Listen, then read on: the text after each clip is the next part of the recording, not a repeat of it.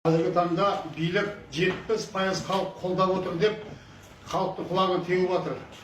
Халықтың 95% десем өтірікші болмаймын. 99% десек те өтірікші болмаймын. Өйткені барлығы наразы. Халық қарсы болған. Бірақ біздің билік мен көкбет қатынға теңеймін. Көкбет қатын айтқан істетпесе қоймайды. Сол сияқты мына біздің билік қазіргі таңда бір нәрсені беттеп алған. 2003 жылы Путин Аргбетте отырып айтты, біз Қазақстан атом электростанциясын саламыз деп. Кеше 2019 жылы Тоқаев билікке келгеннен кейін, Москваға барып келгеннен кейін осы нәрсені айтты. Ресей бізге атом электростанциясын салмақшы деп. Енді оны кеше осы биылғы 2024 жылғы қыркүйек айындағы жолдауында осыған нүкте қойды. Осы бұйрығына. Яғни біздің тәуелсіздігіміз қайда сонда? Біз кімге тәуелдіміз, кімнен тәуелсізбіз? Деген сауал туындайды бұл жерде. Енді ата заңымызға сүйенетін болса, ата заңымыздың бірінші бабының бірінші тармағында тұр, Қазақстан Республикасы өзін зайырлы, құқықты, демократиялық, әлеуметтік мемлекет деп орнықтырды дейді. Оның ең бай қазыналары адамдардың құқығы дейді. Оның бостандығы және өмірі деп тұр. Міне көріп отырсыздар. Мына біздің өмірімізге тікелей қарсы келетін нәрсе атом электростанциясы. Біздің шекемізге тимеді ма? Кеше мынау кеңес одағының кезінде 40 жыл біздің Абай мен Шәкәрімнің туған жерінде жын ойнақ өтті, атом жарды орыс. Одан берді келе мына көріп отырсыздар, Қызылордада Байқоңырымызды қазір Ресейдің қол астында. Осы шекемізге тимеді ма? Мына Тоқаев мырза, сіз қайда қарап отырсыз? Президентсің, ел президентсің, сен біздің гарантымызсың. Неге сіз айтқан істеуіміз керек? Сонда біз тәуелдіміз бе, тәуелсізбіз бе? Осы сұраққа жауап берші сен бірінші. Кімнен тәуелдіміз, кімнен тәуелсізбіз біз? Мәселе осындай. Мына Қошанов деген жүр, парламенттің. Жаңа Мәулен Әшімбаев деген жүр. Бір бала бар дейді, әкеге жете туады дейді. Бір бала бар, әкеден кете туады. Бір бала бар, атадан өте туады деген. Сен әкеңе тартпапсың, Мәулен Әшімбаев. Сен кеше мыжыңдап отырсың ғой жерде. Атом электростанциясы бізге қажетті. Тумай кетті дейді қазақтан мұндай сенсіз. Міне ағай, азар болса сотқа берерсің, сен сотына қорқатын адам емеспін мен. Мемлекетті қорған бізбіз. Мен 90-шымын. Біз осы мемлекетті қорғауға құқымыз бар. Ата заңымыздың 36-шы бабында тұр, Қазақстан Республикасын қорғау оның әрбір азаматтың қасиетті парызы және міндеті деп тұр. Қайда біздің міндетіміз? Қайда біздің парызымыз? Неге біздің құқықтарымызды шектейсіңдер сендер? Ата заңды ауыстырыңдар не болса? Аптастан барлығы. 38-ші бабында тұр ата заңымыздың Қазақстан Республикасының байлығын, табиғатын, табиғи байлығын қорғау біздің міндетіміз. Табиғи байлығымыз кетіп жатыр. Кім көрінген жетегінде кетіп жатыр? Кім көрінген жетегінде кетіп жатыр? Осылардың бәрін есептеп отырсыңдар ма сендер? Мысалы үшін Байқоңырдан қанша зардап шегіп жатырмыз. Қызылорда облысы.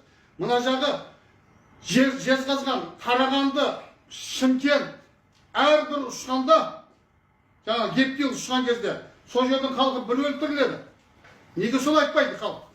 Қайда қалып біздің халқымыз, қайда қарап отырса, Байқоңырда халық? Неге үнсіз? Мен айтар едім, қазақ көтер басыңды сен. Осынша жыл кеше басымыз көтере алмай келді ғой. Әлгі егемендік қайда біздің егемендігіміз? Міне, осындай сауалдар бар ағайындар. Кеше осы жиған қарсы Әсет Наурызбаев деген энергетик экономист ғалымымыз айтты. Бұның қаншалықты зардабы бар екенін айтты. Экономист ретінде, энергетик ретінде, мына жаңа майнингі фирмалар бар екен, майнингі, жаңа ақша істейтіндерден о, бір жерде ішіп жеп тоймағылар. Солар неге жақтырмайды? Билік қайда қарап отыр? Айналып келіп төрт осы біз сияқты мына белсенділер бар. Қудалап анаусын қамайсың, анаусын қамайсың, сондайларды қамасайсың. Бас прокурор қайда қарап отыр? Прокуратура, ұлттық қауіпсіздік комитеті қайда қарап отыр? Президент қайда қарап отыр? Жаңа жерде екі бала төбелесіп қапты мысалы, тамбұрда ұрыптыңыз бір. Енді сол президент соны көтеріп жатыр. Президент одан басқа да сен тірлігін көп қой. Сен халқына қарасайшы, халықтың әл-ауқатына қарасай, халықтың жағдайына қарасай сен бірінші. Бірінші келетін сырттан келген жауға қарасайшы. Мынау орысқа қазір полигондарда бізге ұзын құлақтардан келіп жатыр.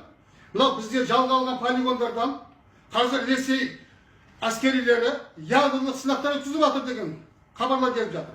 әртүрлі ракеталар ұшып жатыр, сынақ өткізіп жатыр деген. Неге? Бір ауыз кіре алмайды керек болса. Біздің жалға беріп жатыр, өтірік ол, бір сом бермейді Ресей. Керек болса осынау Байқоңырға беретініне мен күмәнім бар. Қайда кетіп жатыр? Ислам Каримов кезінде айтты. Егер Қазақстанның орнында болсам деді, мен Байқоңырдан берген жаңа арендасының өзіне халқымды бағар едім деді. Бір мемлекетті бағатын осынша аренда беріп отыр. Қаны? Солар енді қайда кетіп жатыр?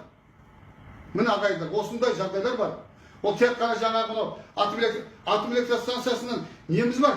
Кеше қараптан қарап жүріп мынау арысымызда жарып алдық. Қараптан қарап отырып мынау жаңағы Жамбылда жарып алдық. Арсеналдарымыз. Енді мына Алматының түбінде тұр міне, Қаройды күн. Егер бұл жарылатын емес, бүкіл Алматы кетеді.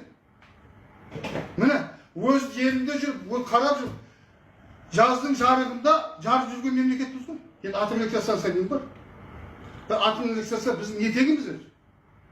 Осынан да басқа жаңа азаматтарымыз кеше эколог ғалымымыз, мені Селеусінов деген ағамыз айтты. Осының қанша зардабы бар екен. Эколог ғалым, ақсақал ретінде айтты. Оны біріміз тыңдаған жоқ. Ана бір бейшараларды отырғызып қойған құлқынның құлы. Ол біз кеше осы Алматыда болған кезде мен кірдім, сөйлеткен жоқ. Мен де инженер механикпін. Мен де мамандығым инженермін. Мысалы үшін сол оқыған нәрсені мен де оқыдым. Солған басы артық емес шығар мен мысалы үшін. Бізге бір қатындар сөйлетіп қойды, мен инженер, мен полиеп. Сол оқыған нәрсені мен де оқыдым. Инженер ретінде мен сөйлейін дедім. Бізге сөз берген жоқ. Мен Селеусінов ағамыз барды, ол кісіні де тыңдаған жоқ. Ана шошайдағы бір қатынды отырғызып қойып, міне осындай нәрсе. Бұны қашанға шейін қыламыз? Мына бейшаралықтарды тоқтатыңдар. Біз осы Тоқаев келгелі осындай 6 дода өтті. 2 рет президент сайлау өтті. 2 рет референдум өткізілейін деп тұр. 2 рет парламент сайлау өтті. Осыған есептеп көрейік шыған кейін. Қанша ақша кетті? 200 миллиардтан аса теңге кетіпті. Бұл жарықты миллиард доллар деген сөз. Жаңа спикерлер айтып кетті, 5,5 миллиард доллар қарызға кіргізді Тоқаев келген. Тоқаев келген 14 министрлік болды Тоқаев келген кезде. Қазір 21 министрлік. Қайда сонда үнемдеген? Біз мемлекетімді көтереміз деп, реформа жасаймыз деп, қаны реформалар? Қаны реформа? Біз көріп тұрған жоқпыз ғой. Кеше өткізген мынау, енді көшпенділердің ойынның өзінде 20 есе кеме шегініп отырмыз ғой. Басқасы қойсайықшы. Міне ағайындар, осындай кемшіліктері бар. Бұның бәрін тоқтату керек.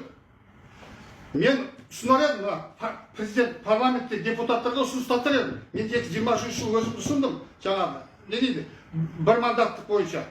Бұл әділетсіз өткен сайлау бүкіл әлем күлкілі болдық қой, бірақ осындай ұсынуға болар едім. Ата заңымыздың 14-ші бабында тұр. Заң мен соттың алдында жұрттың бәрі тең деп тұр. Қайда біздің теңдігіміз? Осыны норма енгізілу керек. Ол президент бола ма? Ол үкімет басшысы бола ма? Ол депутат бола ма? Ол сенатор бола ма? Заң алдында жауап берсін. Отанға сатқындық қылды ма? Опасыздық жасады ма? Заң алдында жауап берсін.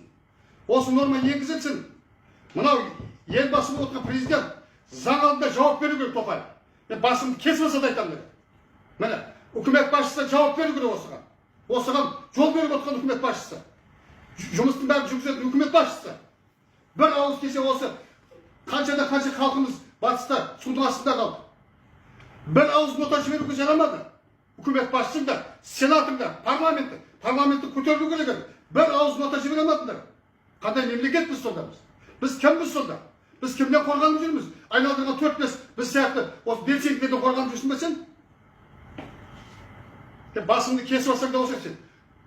Мемлекетті құрған бізбіз. Рақатын сендер көрбасына сен десе, мошенниктер, ұрылар, қарылар.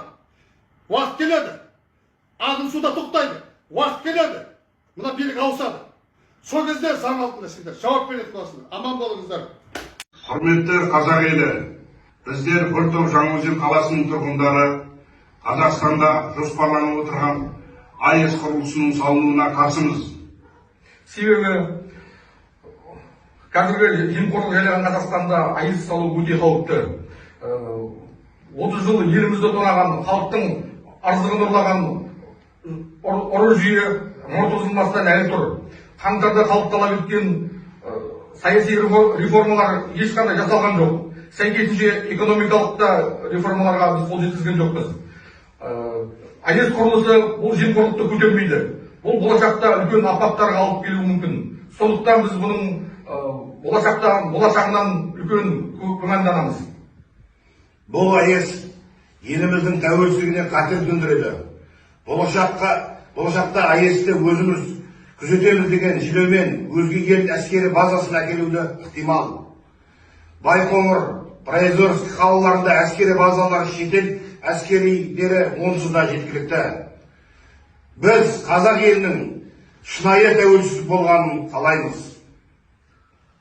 Қазіргі таңда Қазақстанның сыртқы қарызы 160 миллиард ақш долларынан асып барады. Болашақ ұрпақты қарызға батырғымыз келмейді. Арал теңізінен айырылған сияқты Балқаш көлінен де айырылып экожүйеміздің бұзылуына қарсымыз. АЭС өндірген энергиясынан 6 есе арзан баламалы энергия көздеріне бай Қазақстанда АЭС экономикалық тұрғыдан өте тиімсіз. Өз мамандарымыздың жеткіліксіздігіне байланысты шетел мамандарына мұқтажбыз. Шетел мамандарына төленетін қаржы әлеуметтік теңсіздікке алып келіп, үлкен наразылықтарға алып келуі ықтимал. Құрметті қазақ елі, біздер Қазақстанда АЭС құрылысының салынуына қарсымыз. Қайырлы күн қазақ елі.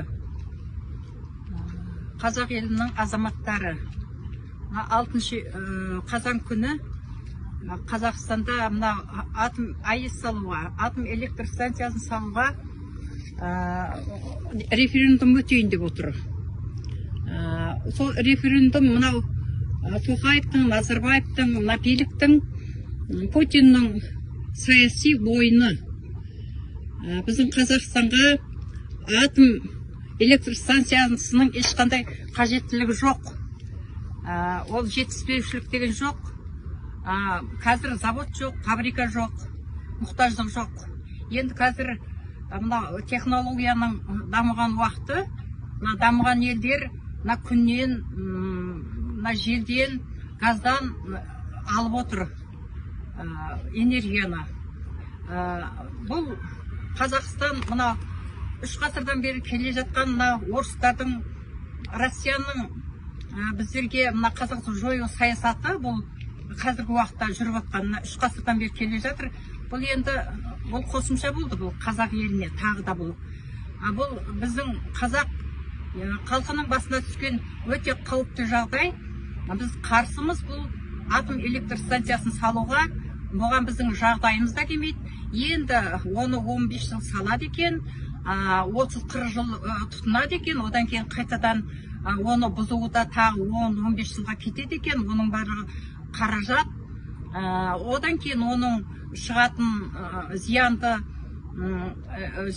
қоқысы қайда тастайды. Ол 1000 жылға дейін кететін зиян. Ол келешегі, ол ондай болған жағдайда менің қолымда тұрған бейнелер тұр Егерде үрімпітағым, келешекте ұрпағымыз аман есен ден сау, перзенттеріміз туылсын десеңіздер, көріп тұрсыздар. Осы атом электр станциясынан болған жағдай. Бұл атом дегеніміз, АЭС дегеніміз дайын бомба атылатын. Енді бұл қазіргі қазақты жою саясаты. Халық, қазақ елінің азаматтары, бүткіл 18 облысты аралап, энергетика министрлігінің өкілдері аралап жарнама жасады. Атом салыну жөнінен. Біз қарсымыз салынуына. Бұл апат ошағы атом. Қарсы болайық, қолдамайық атом салынуын. Ұрпақ пен ұлтымыздың келешегі үшін қазақ елінің азаматтары, сіздер отпен ойнамаңыздар.